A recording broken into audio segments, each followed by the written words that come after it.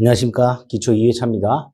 자, 지난 시간에 간단히 몇 가지만 기억나시면 돼요. 민법은 개인과 개인 간의 법률 관계를 규율하는 법. 두 번째, 개인과 개인 간의 법률 관계를 사법 관계를 한다. 세 번째, 법률 관계는 권리 의무 관계를 말한다.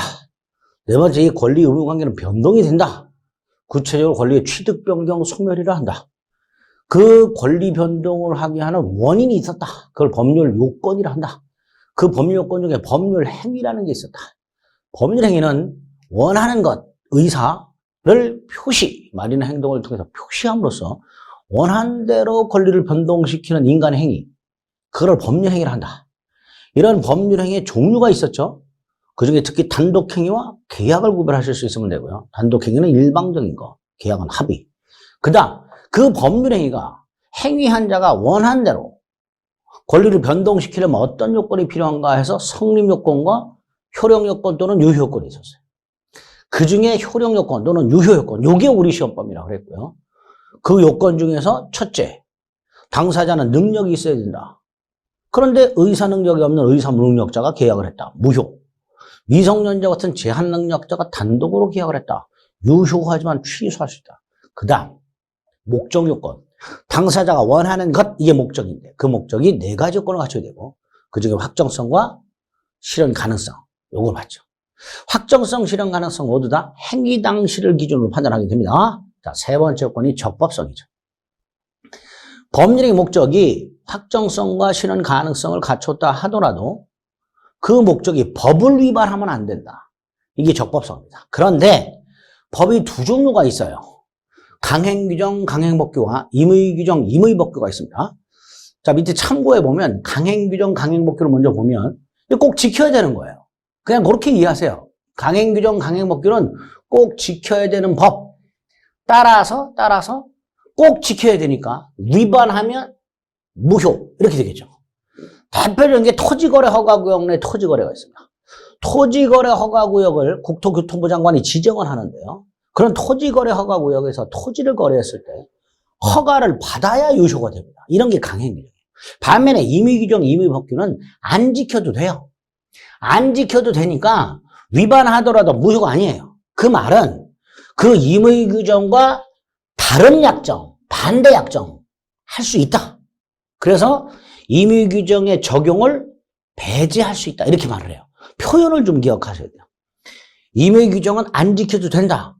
우리가 이해하려면 안 지켜도 된다요. 그런데 법에서는 안 지켜도 된다 이렇게 말을 하지 않고요.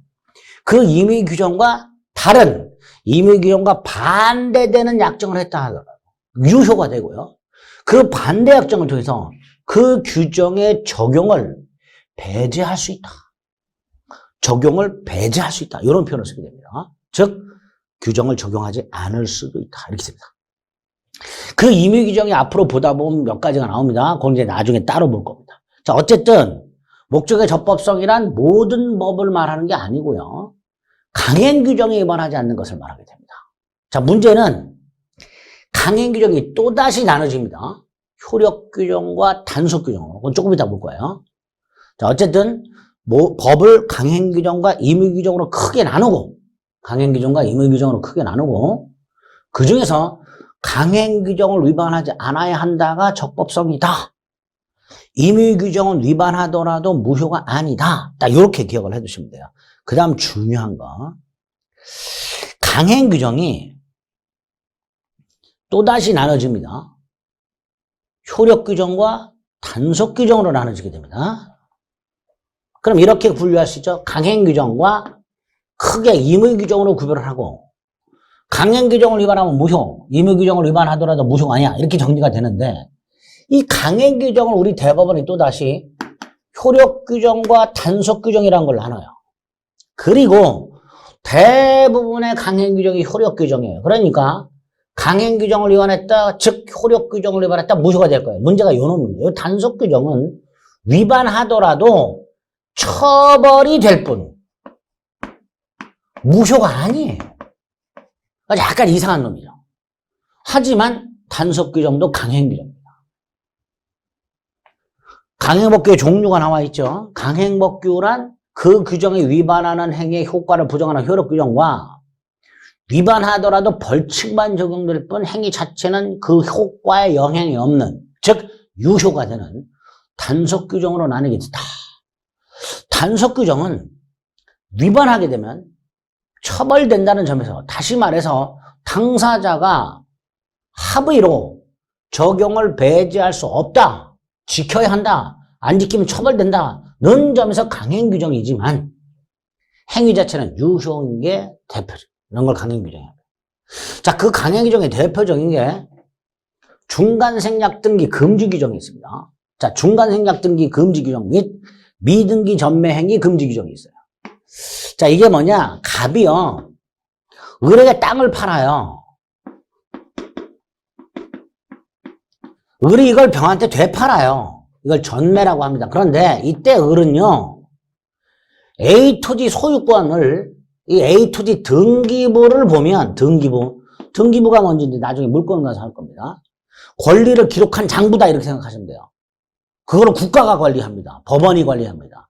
법원 산하기관인 등기소에서 관리를 하게 되는데, 부동산에 관한 권리가 기록되어 있는 장부, 이렇게 생각하시면 돼요.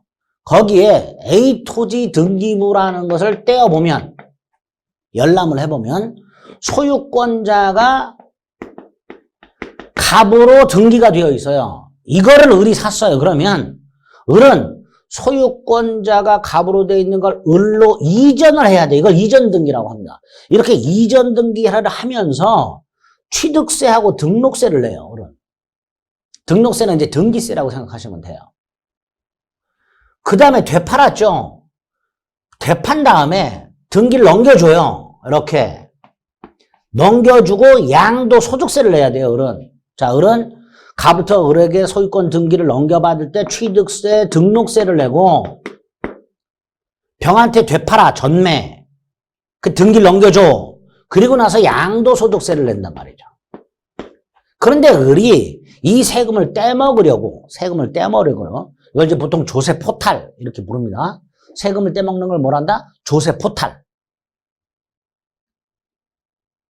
그걸 떼먹기 위해서 얘가 지 이름으로 등기를 하지 않아요. 자기 등기를 생략을 해버려. 이걸 중간생략 등기를 합니다. 그리고 마치 갑하고 병이 매매한 것처럼 꾸며서 자신을 생략한 채 갑에서 병으로 다이렉트로 등기를 넘겨줘요. 이걸 중간생략 등기라고 합니다. 즉 을은 자기의 이름으로 소유권 등기를 하지 않은 채 되팔았죠. 미등기 전매라고 하죠. 이렇게 자기 이름으로 등기를 하지 아니한 채 되팔았다, 미등기 전매. 그걸 통해서 중간생략 등기가 이루어졌다. 이런 짓거리를 한단 말이죠. 이거를 금지하고 있어요. 세금 떼먹으려고 이런 짓거리를 하니까. 그런데 만약에 을이 이 중간생략 등기 금지 규정을 위반해서 미등기 전매를 하고 중간생략 등기를 했을 때 처벌이 돼요. 하지만 이 행위 자체는 무효가 아니에요. 왜? 유효여야 을이 떼먹었던 취등록세 및 양도세를 을에게 부과를 하게 됩니다. 이걸 무효로 처리하면 을에게 세금을 추징을 못해요. 그러니까 유효로 처리하고 세금을 추징하는 그런 목적의 그 규정들이 다 단속 규정이다라고 생각하시면 돼요. 그 단속 규정의 대표적인 게 중간생략 등기 금지 규정이 있게 됩니다. 자, 강행 규정이 이렇게 효력 규정과 단속 규정은 아니다. 정리. 강행 규정을 위반하면 무효다. 다만 강행 규정에 단속 규정이 있고 단속 규정을 위반했을 때는 처벌만 될 뿐 무효가 아니기 때문에 강행 규정을 위반한 행위는 무효지만 언제나 무효가 되는 것은 아니다. 이렇게 말을 하죠. 예외적으로 유효가 있을 수 있다, 이런 뜻이죠. 임의 규정은 무조건 유효고요. 이렇게 정리하시면 돼요. 그래서 다시 위로 올라가면 아까 이렇게 써 있죠?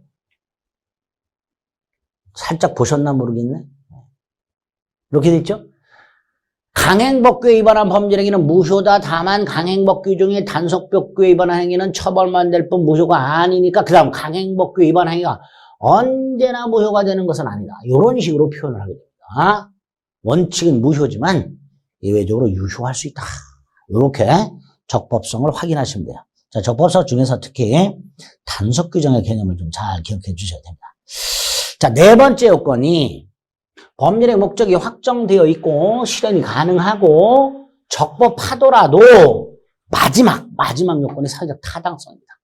사회적 타당성은 말 그대로 사회적으로 봤을 때 타당한 행위에 돼요. 다시 말해서 사회 질서를 위반하면 안 돼요. 사회 질서.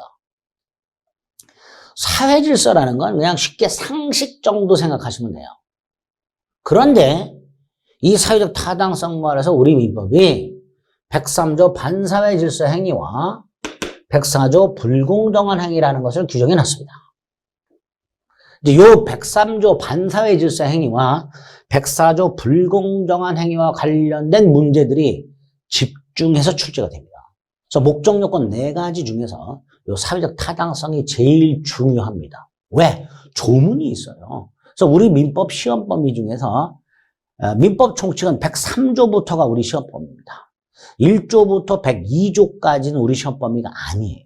조문으로 따지면 103조부터가 시험 범위인데, 자, 민법 제 103조 반사회 질서행위 법률행위라고 해서 이렇게 규정이 되어 있습니다.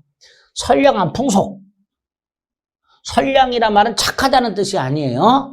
선량한 풍속 기타 사회 질서라고 되어 있는데 싸잡아서 상식이라고 생각하시면 돼요. 이런 선량한 풍속 기타 사회 질서, 즉 상식에 위반한 사항을 내용을 하는 법률행위를 무효로 한다 그랬는데 문제가 심각해요. 왜? 기준이 없어요. 선량한 풍속 기타 사회 질서에 관련된 기준이 없어요. 그냥 요렇게만 되어 있어요. 그래서 반사회 질서에서 가장 핵심적인 게 뭐냐? 갑과 을이 어떤 행위를 했는데 이 행위가 목적이 확정되어 있고 실현이 가능하고 적법까지 해요. 그런데 상식 부분에서 애매해. 상식 부분에서. 사회질서 파트에서 뭐 애매해. 이게 사회질서에 반하는 건가? 상식에 반하나? 반하지 않나? 애매한 경우가 생겨요. 그런데 그에 관한 구체적 기준이 없기 때문에 당사자 간에 다툼이 생길 수가 있다는 거예요. 사람마다 상식의 기준이 천차만별이잖아요. 그러다 보니까 어떤 사람은 이건 반사회 질서행위처럼 보인다라고 얘기하는 사람이 있을 수 있고, 어떤 사람은 야, 이 정도는 할 수 있지 상식적으로. 이건 상식적으로 안 돼 라고 하는 사람이 있을 거고, 이건 상식적으로 할 수 있지라고 하는 사람이 있을 수 있단 말이에요. 즉 의견이 분분할 수 있게 돼요. 그래서 이 반사회 질서에서 가장 핵심적인 내용이 우리나라 대법원이 이러이러한 행위는 반사회 질서 행위다. 이러이러한 행위는 반사회 질서 행위 아니다. 라고 판결을 해놓은 게 있습니다. 그거를 구별하는 게 핵심입니다. 시험에서는. 이제 그 자세한 내용은 기본 심화 과정에서 하고요. 자, 몇 가지 반사회 질서 행위의 모습이 있는데 그 중에서 3가지 형태. 법령의 목적 자체가 반사회 질서적인 경우, 예컨대 부착계약, 흔히 말하는 스폰서 계약 같은 것들이요. 또 계약 자체는 반사회 질서행위가 아니야. 예컨대 증여. 증여는 우리 민법에 규정이 있는 거예요. 그런데 증여를 하는데 조건을 붙여. 거짓 증언을 해주면이라고. 그러니까 행위 자체가 반사회 질서적인 게 있고요. 도박자금 대여 계약 같은 것들, 살인 청부 계약 같은 것들, 부첩 계약 같은 것들, 이런 것들이 있고. 자체는 반사회 질서적이 아니야. 증여. 그게 반사회 질서적인 조건을 붙여 있어. 이런 경우도 반사회 질서가 될 것이고요. 자, 3번째가 이제 동기불법이라는 게 있어요. 요거 개념으로 잡습니다. 기초 과정에서 동기불법이라는 게 뭔지 생각해 봅니다. 동기라는 것은 법률을 하게 되는 이유, 의사표시를 하게 된 이유라고 되어 있는데 쉽게 말하면 이렇게 내가 어떤 물건을 샀다, 사는 이유. 내가 편의점 가서 생수를 500ml짜리 한 통 샀다. 그걸 사는 이유, 그게 동기예요. 그런데 민법에서는 그 동기를 고려하지 않아요. 당연하죠. 여러분들이 편의점 가서 생수를 살 때 먼저 생수 파는 편의점 사장님한테 나는 이 생수를 왜 사는가 이유를 밝혀본 적 없죠. 편의점 사장님도 이거 왜 사는지 물어보지 않습니다. 왜 그 계약을 하는가가 동기인데 계약을 할 때 이거 물어보지도 않고요. 대답할 필요도 없죠. 결국 민법에서 동기는 고려 대상이 아닙니다. 그런데 그 동기가 반사회 질서적인 게 있어요. 동기가. 행위 자체는 반사회 질서가 아니지만 동기가 불법한 경우가 있습니다. 예를 들어서 을이 갑의 주택을 임대합니다. 월세를 주고 빌려요. 자, 임대차 계약은 반사회 질서가 아닙니다. 그런데 을이 이 주택을 임대하는 이유가 있어요. 도박 장소로 사용하기 위해서. 이게 동기야. 동기가 불법하죠. 이런 걸 동기의 불법이라 합니다. 그런데 좀 전에 뭐라 그랬어요? 동기는 원칙적으로 고려 안 한다 그랬죠. 그러니까 이거 고려 안 하는 거예요.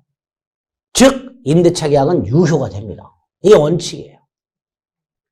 자, 정리. 동기란 범죄를 하는 이유, 생수를 사는 이유, 주택을 빌리는 이유, 땅을 사는 이유, 이게 동기다. 두 번째, 동기는 민법에선 고려 대상이 아니다.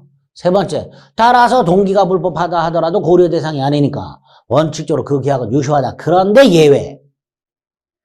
불법한 동기가 상대한테 표시가 되거나 알려진 경우, 을이 도박 장소로 사용할 목적으로 주택을 빌린다는 사실을 갑에게 표시를 했거나 갑에게 알려진 경우, 그러면 갑의 입장에서는 자기 주택을 도박 장소로 사용하려고 빌린다는 걸 알았잖아요. 그럼 빌려주면 안 돼요. 만약에 빌려주면 무효가 되는 거예요. 그래서 동기의 불법의 개념을 기초과정에서 정확하게 숙지를 좀 해 주셔야 됩니다. 그리고 동기가 나와 있죠. 말씀드렸어요. 동기는 원칙적으로 민법에선 고려 대상이 아니지만 두 가지 경우에 문제가 되고 그중에 동기의 불법을 말씀을 드렸습니다. 하나는 착오가서 나옵니다. 동기의 착오라고.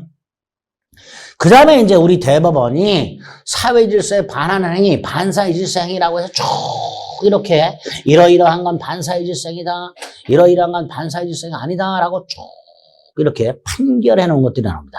자, 여기서 요 대판이란 건 대법원 판결을 말하고요. 요거는 그 소송이 최초 제기된 시점을 말하고요. 요건 사건 번호를 말합니다.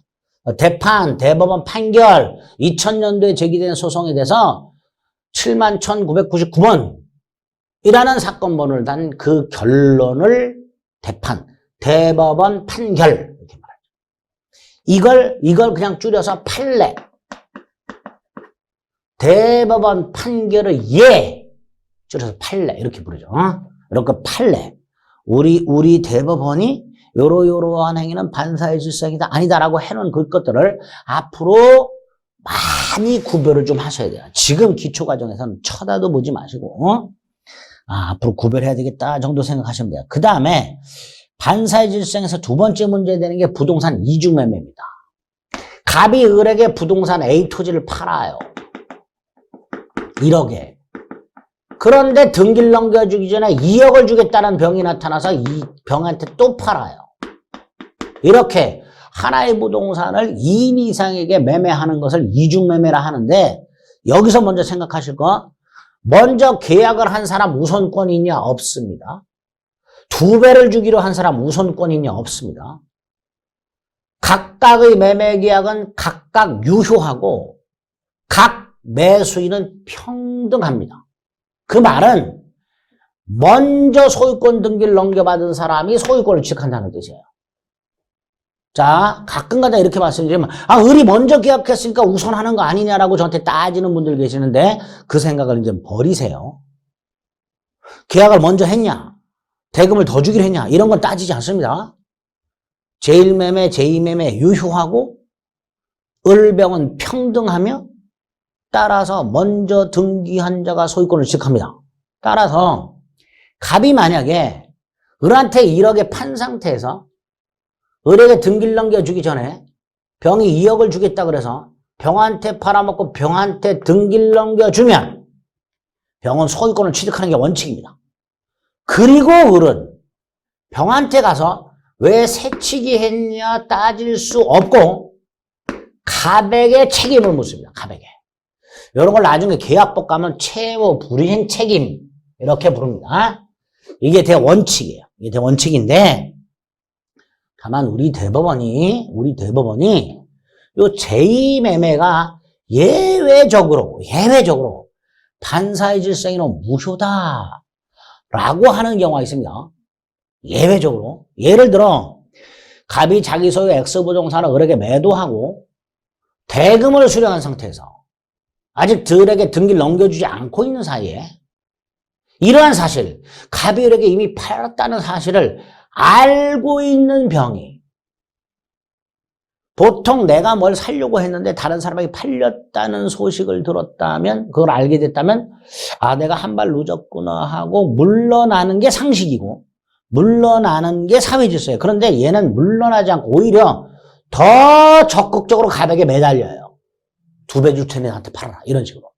요렇게 했을 때 갑이 병한테 매매를 할 때 병은 이미 팔렸다는 사실을 알고 있으면서도 물러나질 않고 오히려 갑에게 더 달려들어서 갑과 매매 계약을 하고 등기를 넘겨받은 경우 요런 경우에는 반사회 질서가 된다. 요렇게 말을 하게 됩니다. 요렇게만 기억을 해서요. 자, 그래서 목적 요건 중에서 확정성, 가능성, 적법성을 갖췄다 하더라도 사회 질서를 위반하면 안 된다. 그 사회 질서와 관련된 103조 반사회 질서 행위 3가지를 머릿속에 뼈대를 잡자. 첫째, 반사회 질서 행위인지 아닌지를 구별하자. 이건 나중에 자세히 봅니다. 기본 과정에서. 두 번째, 동기의 불법이란 개념이 뭔지를 이해하자. 동기의 불법. 세 번째, 부동산 이중매매를 우리 대법원이 어떻게 처리하는가 원칙과 예외로 나눠서 기억해두자. 딱 요렇게 103조를 기억해 주시면 되겠습니다. 그리고 반사회 질서 행위 효과가 나와 있는 이건 지금 보지 않습니다. 쭉쭉쭉 넘어가서요. 불법 원인급여의 개념도 나중에 보겠습니다. 자, 귀속이라는 표현이 각각 나오는데요. 귀속이란 건 어떤 결과가 누군가에게 속하게 되는 걸 귀속이라고 합니다. 권리, 결과 이런 게 누군가에게 속하게 되는 것, 그 사람이 갖게 되는 것, 이걸 귀속이라고 불러요.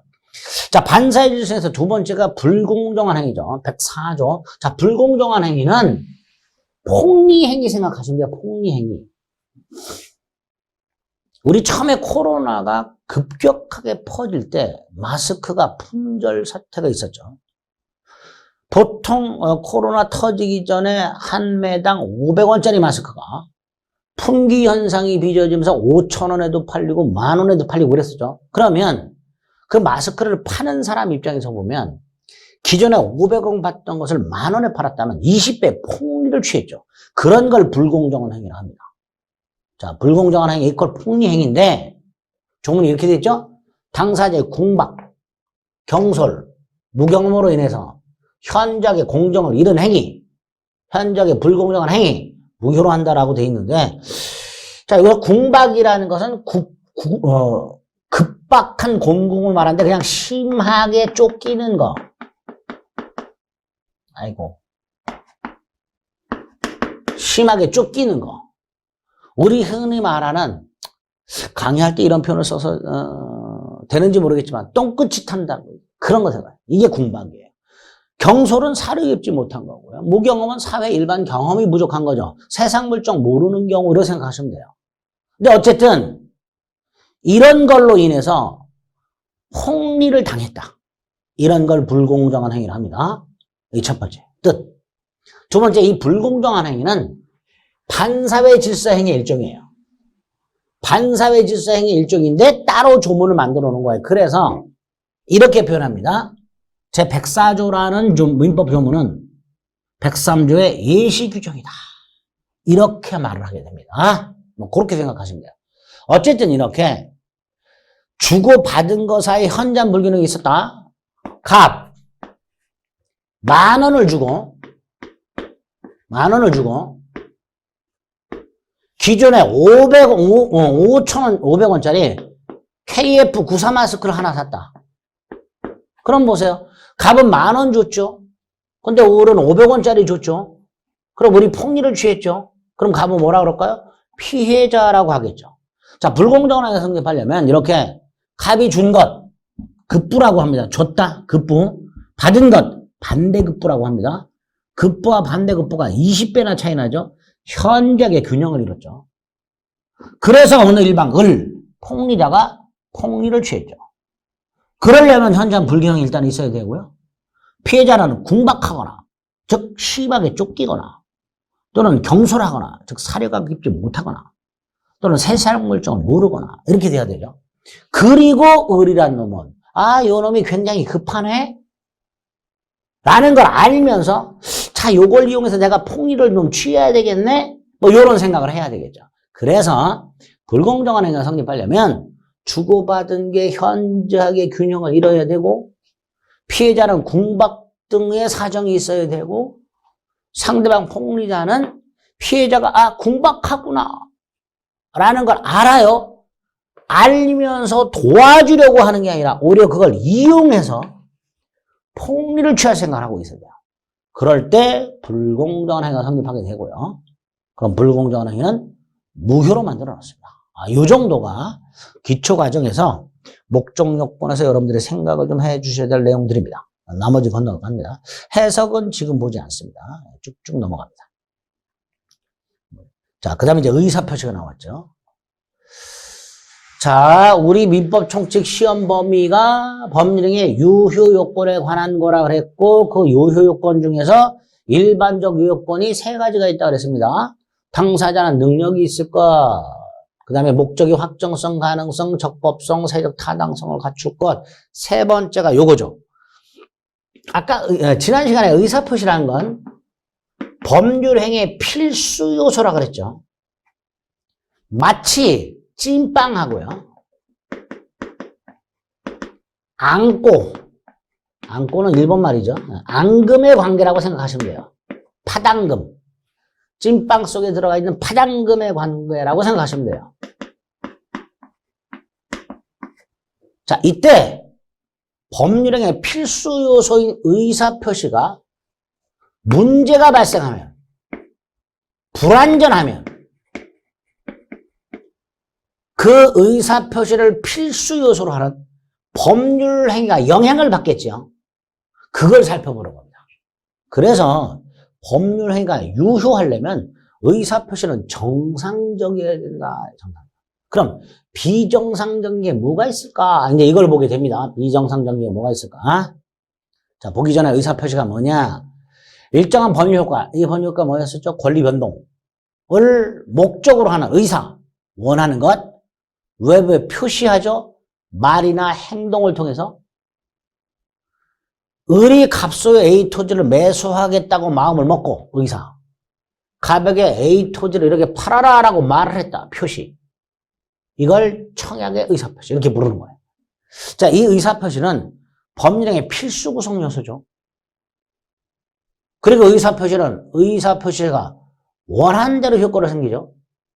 그 의사표시가 무엇으로 구성이 되어 있는가? 의사와 표시로 구성이 되어 있는데 의사표시 의사는 뭘 원하는 거라 그랬죠. 그래서 효과의사라고 부르고요. 표시는 말이나 행동을 통해서 나타나죠. 표시행위라고 부릅니다. 여기서 문제가 생겨요. 여기서. 어떤 문제가 생기냐? 갑이 원하는 것은 진간장이에요. 그냥 생수라고 할까요? 갑이 생수를 원해요. 근데 편의점 가서 계산대에 표시 탄산수를 올려놨어요. 갑은 탄산수를 별로 안 좋아해요. 그런데 깜빡하고 생수를 사러 들어가서 냉장고에서 생수를 꺼내가지고 계산대에 올려놓으면 생수를 사겠다고 표시한 거겠지만 깜빡 탄산수를 꺼내가지고 계산대에 올려놨어요. 갑이 원했던 것 의사는 생수지만 계산대는 탄산수를 사겠다고 표시한 겁니다. 이렇게 의사 표시가 불일치하는 경우가 있을 수 있더라고요. 이럴 때 갑이 원한 건 의사냐 표시냐의 문제가 생기는 거예요. 정리. 의사표시는 효과의사와 표시행위로 나눠지는데 이때 효과의사와 표시행위가 다른 경우가 있을 수 있더라. 이걸 어떻게 처리할 것인가의 문제가 남게 됩니다. 두 번째, 의사표시는 일치하더라도 예를 들어서 갑은 처음에는 생수를 사러 갔는데 편의점 사장님이 요새는 생수보다 탄산수를 더 많이 산다고. 가격도 똑같고 더 영양가도 좋다고. 그래요? 그래서 갑이 생각을 바꿔요. 탄산수를 사야 되겠다. 그리고 탄산수를 표시를 해. 자, 의사 표시를 일치했는데 알고 봤더니 생수보다 10배야. 속은 거야. 기망이라고 합니다. 이런 식으로 의사 표시는 일치하지만 누군가로부터 사기를 당했거나 누군가로부터 협박을 당한 경우, 이런 경우가 있을 수 있더란 말이죠. 이런 것들을 싸잡아서 비정상적 의사표시라고 하게 됩니다. 이걸 어떻게 처리할 것인가를 의사표시 파트에서 보는 거예요. 자, 의사표시의 구성요소는 효과의사와 표시행위로 나눠지는데 뭐 그런 내용들이 쭉 나옵니다. 표시행위는 말이나 행동을 통해서 한다 그랬어요. 그런데 보세요. 일정한 범효과 발생을 목적으로 하는 범죄행위 당사자의 생각을 의사라고 하고 표시하는 걸 표시라고 하는데 생수를 사야 되겠다가 의사죠. 생수를 주세요라고 하게 되죠. 그럼 이게 의사가 표시가 되는 거예요. 문제는 의사와 표시가 불일치하는 경우가 있을 수 있더라. 그래서 의사는 생수인데 표시는 탄산수를 표시했다 그러면 의뢰 입장에서는 갑이 무슨 생각을 하고 있는지 모르니까 탄산수 올려놓는 것 보고 을은 이렇게 생각할 거야. 갑은 탄산수를 원하는구나. 이렇게 생각하겠죠. 요거를 표시상의 효과이사라고 불러요. 갑이 원래 갖고 있는 생각을 내심의 효과이사라고 부르고요. 갑의 표시 행위로부터 추단되는 걸 표시상 효과이사라고 불러요. 그러면 의사와 표시가 불일치한다는 것은 결국 표시상의 효과의사와 내심의 효과의사가 불일치하는 걸 말하게 될 겁니다. 그래서 의사는 내심의 의사와 표시상의 의사로 나눌 수 있다. 내심의 의사는 원래 가지고 있던 생각 진의를 말하는 것이고 표시상의 의사란 표시행위로부터 추단, 즉 추측되는 의사를 말한다. 갑이 생수를 사려고 편의점 갔는데 탄산수를 달라고 한 경우에 갑의 내심의 의사는 생수지만 탄산수라고 표시했으니까 상대방은 추측을 할 것이다. 뭐라고? 탄산수를 원하는구나라고 이렇게 표시행위에 의해서 추측이 된 의사, 이걸 표시상의 의사다 이렇게 불러요. 그런데 불완전한 의사표시라고 법률이나 유효하려면 의사표시가 정상적이어야 되는데 불완전한 경우가 생기더라. 의사표시가 불일치하는 경우가 있을 수 있고 사기나 강박을 당한 경우가 있을 수 있더라. 이런 걸 싸잡아서 뭐라 한다? 불완전한 의사표시라고 한다. 자, 의사표시는 법률행위 필수 요소죠. 따라서 의사표시가 정상적이어야 법률행위도 유효가 되죠. 그 정상적이라는 게 뭐다? 의사표시가 일치하고 그 다음에 사기 강박을 당해서는 안 된다. 완전해야 된다. 일치하고 완전해야 된다. 즉 사기나 강박을 당해서는 안 된다. 그럼 뒤집어서 불일치하거나 사기 강박을 당한 경우는 어떻게 할 것인가? 이 문제가 생기게 되고요. 이런 걸 우리 민법이 불완전한 의사표시라고 해서 민법 107조부터 110조까지 규율을 하고 있습니다. 자, 그 중에서 의사표시가 불일치하는 경우, 요거를, 자, 보통 법에서는 의사의 흠결이라고 부릅니다. 의사의 흠결. 자, 그래서 오늘 의사의 흠결이 뭐냐? 의사표시가 불일치하는 걸 말한다. 이렇게 기억을 하시면 돼요. 자, 이때 이 의사의 흠결은 다시 둘로 나눠요. 의사표시가 불일치하는 걸 의사의 흠결이라 하는데 그 불일치를 의사를 표시한 사람이 알고 있는 게 있어요. 알고 있는 거. 예를 들어 갑은 순댓국을 전혀 좋아하지 않아요. 근데 여자친구가 물어봐요. 자기 순댓국 좋아하지? 싫어한다 그랬다가는 얼굴에 오선지가 그려질 테니까 갑은 생각을 바꿉니다. 좋아한다고 말을 해야지. 의사 그리고 좋아해라고 표시. 거짓이죠. 생각은 안 좋아하잖아요. 안 좋아하는데 좋아한다고 말해요. 불일치하죠. 그걸 알죠. 이런 걸 의사의 의식적 한계 이렇게 불러요. 반면에 모르는 게 있어요. 나는 답을 3번 골랐어요. 답안지 3번을 마킹했습니다. 자, 의사는 3번이에요.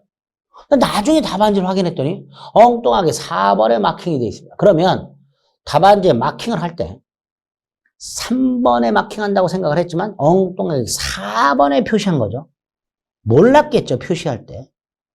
깜빡하고 잘못 마킹한 거죠. 즉 의사표시가 불일치한 걸 모르는 경우가 있을 수 있습니다. 이게 무의식적 흠결이라고 민법에 착오가 마련이 되어 있습니다. 자, 어쨌든 의사표시가 불일치하는 걸 의사의 흠결이라 하고 두 종류가 있다. 의사표시가 불일치한다는 것을 의사표시한 사람이 스스로 알고 있는 경우와 모르고 있는 경우를 나눈다. 그 중에 알고 있는 경우 첫 번째가 107조 진이 아닌 의사표시 또는 비진이 표시라고 합니다. 조문에 이렇게 돼 있어요. 의사표시는 표제가 진이 아님을 알고라고 돼 있는데 이 진이 아님이 뭐냐?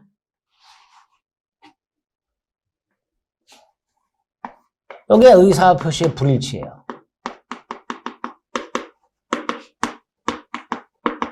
의사의 흠결이라고 그랬죠. 이거를 의사표시의 불일치, 의사표시의 흠결을, 의사의 흠결을 107조에서는 진이 아님이라고 하는 거예요. 진이 아님. 즉 의사를 표시한 사람이 자신의 의사와 표시가 불일치한다는 것을 알고 했더라도 그 의사표시는 표시한 대로 그대로 효력이 생깁니다. 그대로 효력이 생깁니다. 이게 원칙이에요. 그러나 상대방이 의사표시가 불일치함을 알았거나, 자, 알았다는 것을 법에서는 악의라고 합니다. 알 수 있었을 경우를 법에서는 과실이라고 합니다. 이런 걸 알았거나 알 수 있었을 경우는 무효로 한다. 이렇게 봤습니다. 그 다음에 2항에 보면 전항. 자, 2항에서 말하면 전항이니까 1항이죠. 1항의 무효니까 요거죠. 요 무효는 선이 모르고 있었던, 무효임을 모르고 있었던 제3자에게는 찍소리하지 못한다, 대항하지 못한다, 주장하지 못한다, 찍소리 못한다 이런 뜻입니다. 이런 의미가 뭐냐를 기초과정에서 좀 생각을 해보셔야 돼요. 자, 비진이 표시란 의사표시가 불일치하는 걸 안다 그랬죠. 예를 들어서 갑은 을에게 시계를 줄 생각이 없어. 그런데 주겠다고 표시했어. 사립대 교수가 사직의 의사가 없어. 그런데 사직서를 냈어. 이런 것들이 전형적인 비질이가 되는 거예요. 그런데 효과, 그대로 효력이 생긴다고 그랬죠. 그러니까 사립대 교수가 사직의 의사 없이, 즉 내가 사직서를 내더라도 이게 이사회에서 수리되지 않을 거야라고 믿고 사퇴를 수습하려고 형식상 사직서를 냈어요. 즉 사직의 의사 없는 사직서 제출이죠. 전형적인 비질이죠. 그런데 원칙적으로 유효하다고 그랬죠. 따라서 이사회가 사직의 의사 없이 사직서를 제출한다는 사실, 조 교수가 사직의 의사 없이 사직서를 제출한다는 사실을 알았다 또는 알 수 있었다가 아니라면 그대로 사직 효과를 발생한다 이런 뜻이죠. 그대로. 대표적으로 107조가 그대로 적용된 거죠. 이게 비질 표시의 대원칙입니다. 그러니까 함부로 사직서 내면 안 된다는 거예요. 단 상대방이 알았거나 알 수 있었을 경우 무효인데 알았다는 건 악의라 그랬죠. 근데 알 수 있었다가 뭐냐? 조의를 했다면, 조심했다면 알 수 있었는데 부주의해서 몰랐다. 줄여갖고 알 수 있었다라고 얘기를 해요. 조심했더라면 알 수 있었는데 조심을 하지 않아서 몰랐다를 알 수 있었다라고 말을 합니다. 그러니까 알 수 있었다는 결론은 몰랐다예요. 선이. 근데 부주의한 거예요. 과실. 이렇게 선이 과실인데 선이라는 말은 빼고 그냥 보통 과실이라고 말을 합니다. 그러면 줄여서 알았거나 알 수 있을 때를 악의 또는 과실 이렇게 말을 하겠죠. 악의 또는 과실. 자, 그런 내용들이 용어에서 설명을 지금 드린 겁니다. 정리, 선이란 모르는 거, 악의는 아는 거. 선의가 다시 무과실과 과실로 나뉜다. 선의, 무과실은 조심했더라도 도저히 알 수 없는 거. 알 수 없다, 선의. 조심했더라도 몰라, 무과실. 선의, 과실. 조심했더라면 알 수 있어서 조심을 안 해서 몰라. 선의, 과실. 이렇게 되겠죠. 선의가 다시 무과실과 과실로 나뉘게 된다. 이렇게 생각하시면 돼요. 그래서 보통 악의하고 과실을 동일하게 취급하는 경우가 있습니다. 표현은 뭐라고 나오죠? 알았거나 알 수 있었을 경우 이렇게 나오겠죠. 그걸 줄이면 뭐가 된다? 악의 또는 과실이라고 하게 됩니다. 그 다음 이 과실이 또다시 가벼운 과실과 무거운 과실로 나뉘는 경우가 있는데요. 잘 안 나눠요. 그런데 우리 시험 범위에 몇 군데 중대한 과실이 필요한 경우가 있습니다.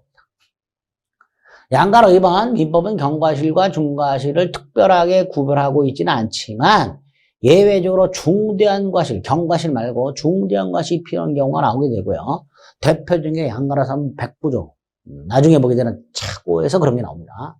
자, 오늘은 선악 구별하고 선의가 또다시 무과실과 과실로 나뉘게 되고 무과실은 선의하고 합쳐서 선의 무과실이라고 보통 얘기하지만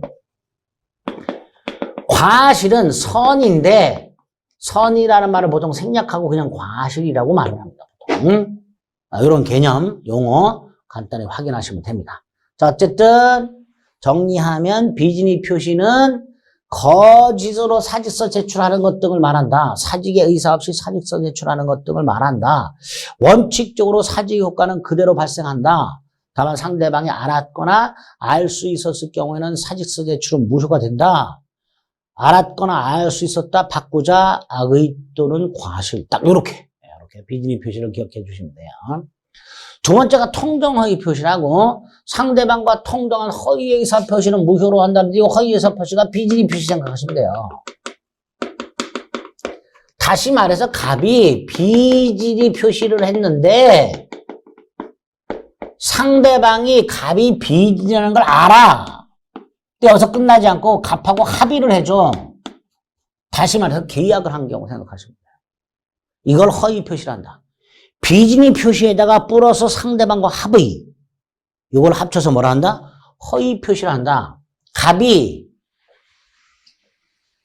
자신이 갖고 있는 땅을 팔 생각이 없어요. 그런데 그한테 팔겠다고 표시해서 갑은 자신의 A 토지를 매도할 의사가 없어요. 그런데 매도하겠다고 표시를 해요. 이때 갑이 매도 의사가 없다는 걸 알아. 알면서도 합의를 해줘. 즉 매매 계약을 해줘요.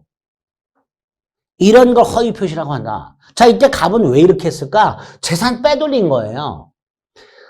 갑이 돈을 빌렸는데 돈을 갚질 않아. 그래서 갑의 채권자가 자신이 빌려준 돈을 회수하려고 이 땅을 지금 자꾸 경매를 하려고 그래요. 경매를 강제집행이라고 합니다. 갑의 입장에서는 이 강제집행을 피해야 돼. 즉 갑의 채권자가 자신 땅을 경매하려고 한다. 그걸 회피할 목적으로 친구라고 마치 매매를 한 것처럼 짰단 말이지.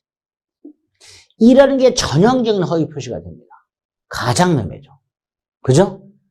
갑은 땅을 팔 생각이 없는데 겉으로 어렵게 팔겠다고 표시했을 것이고 어른 갑이 땅을 팔 생각이 전혀 없고 자신은 땅을 살 생각이 전혀 없음에도 불구하고 마치 사는 것처럼 갑하고 계약을 했단 말이죠. 계약이 뭐예요? 합의죠. 갑의 비진이에 대해서 상대방이 합의해 준 경우 이런 게 허위 표시가 됩니다. 즉 상대방과 합의한 비진이 표시가 되겠죠. 무효. 그래서 가장매매는 무효가 됩니다. 갑과 을이 매매 의사 없이 가짜 매매를 했다. 그리고 을이가 소유권 등기를 넘겨줬다. 매매도 무효고 등기도 무효가 됩니다. 여기서 문제가 생겨요. 이 등기가 무효라는 것은 을은 이 A 토지 소유권자가 아니다라는 뜻이에요. 그런데 A 토지 등기부를 보면 지난 시간에 말씀드렸죠. 등기부 소유권자가 갑에서 을로 이전 등기가 되어 있단 말이에요. 근데 이게 무효라 그랬죠. 근데 그 무효라는 사실이 등기부에는 기록이 되어 있질 않아요. 그러니까 이러한 사정을 모르는 사람 입장에서는 선이 을을 소유자라고 믿게 되겠죠. 그죠? 등기부에는 을이 소유자라고 되어 있으니까 여기서 문제가 좀 생기게 됩니다. 나중에. 어쨌든 허위 표시는 가장매매 같은 걸 생각하시면 되고 의리미법은 무효로 만들어놨다라고 일단 생각해 주시면 되겠습니다. 뭐 그 정도. 쭉쭉쭉 넘어갑니다. 자, 세 번째가 착오에 의한 의사표시라고 되죠. 지금 우리는 법률에게 필수 불가결의 요소인 의사표시가 비정상적인 경우가 어떤 게 있는가를 보고 있고요. 그 중에서 의사표시가 불일치하는 경우를 보고 있고요. 그 불일치하는 경우 중에서 두 개를 본 거예요. 의사표시가 불일치하고 불일치를 알고 있는 두 개, 비진의 표시와 허위 표시를 봤습니다. 자, 세 번째가 착오에 의한 의사표시입니다. 이 착오에 의한 의사표시는 의사표시가 불일치하는데요. 그걸 모르고 있어요. 아까 잠깐 말씀드렸죠. 나는 지금 답을 3번에다 마킹한다는 생각을 하고 있어요. 근데 깜빡하고 4번에다가 답을 표시했어요. 모르고 깜빡하고. 이런 게 착오가 되는 거예요. 그래서 착오는, 우리 민법상 착오는 의사표시가 불일치하고, 그런데 그 불일치를 모르고 있고, 이걸 착오를 한다. 그런데 그렇게 의사표시가 불일치하더라도 일단은 유효하도록 해놨어요. 다만 그 착오가 중요 부분에 착오했을 때는 취소할 수 있도록 해놨습니다.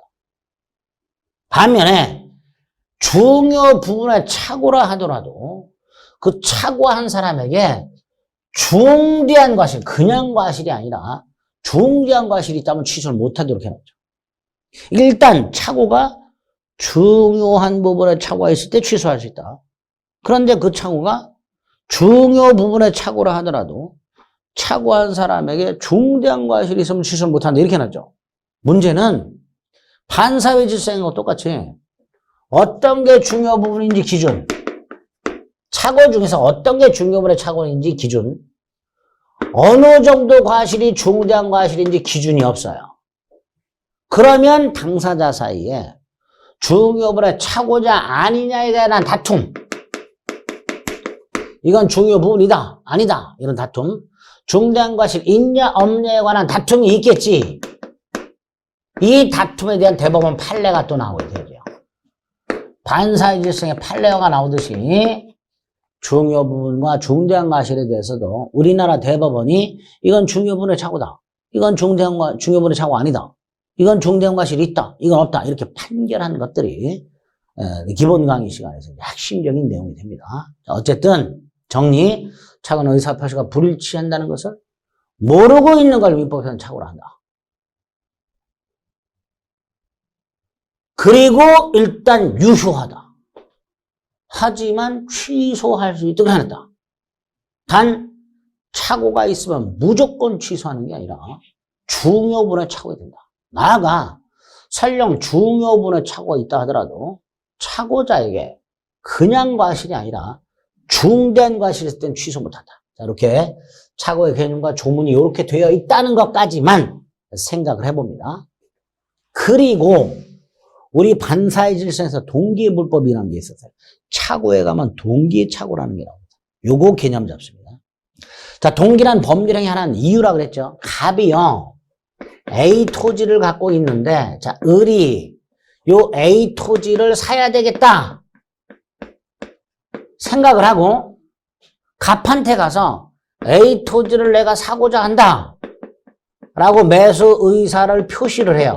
자, 이때 을은 A 토지를 살 생각을 가지고 A 토지를 사겠다고 표시했으니까 의사하고 표시를 일단 일치합니다. 일치. 그런데 을이 이 A 토지를 왜 살까? 왜? 이게 동기죠. 공장을 지려고 사는 공장 신축. 근데 나중에 알고 봤더니 이 땅은 공장을 신축할 수가 없는 땅이더라. 요런 게 동기의 착오죠. 즉 의사표시는 일치하지만 A 토지 매수의사, A 토지 매수의사 표시. 그 의사표시라기엔 동기가 실제 상황과 일치하지 않는 이런 걸 동기의 착오라고 합니다. 그런데 좀 전에 착오란 의사표시가 불일치했어야 되죠. 그런데 동기의 착오는 의사표시는 일치하죠. 그러니까 원칙적으로 백구조 착오가 아니다가 되는 거예요. 아니다가. 다만 예외가 있겠죠. 두 개가 있는데 그 중에 하나. 을의 이 동기가 갑에게 표시가 돼서 알려진 경우. 즉 갑이 을이 공장을 지으려고 땅을 산다는 사실을 알고 있는 경우. 요럴 때는 착오가 될 수 있다.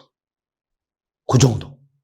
그래서 착오란 이런 거고 착오 중에서 동기의 착오라는 건 어떤 건가 개념 잡으시고 착오에 의한 의사표시가 성립하면 일단은 뭐라 그랬죠? 유효하지만 뭐 할 수 있다고 그랬죠? 취소할 수 있다라고 돼 있습니다. 자, 여기까지만 딱 기억합니다.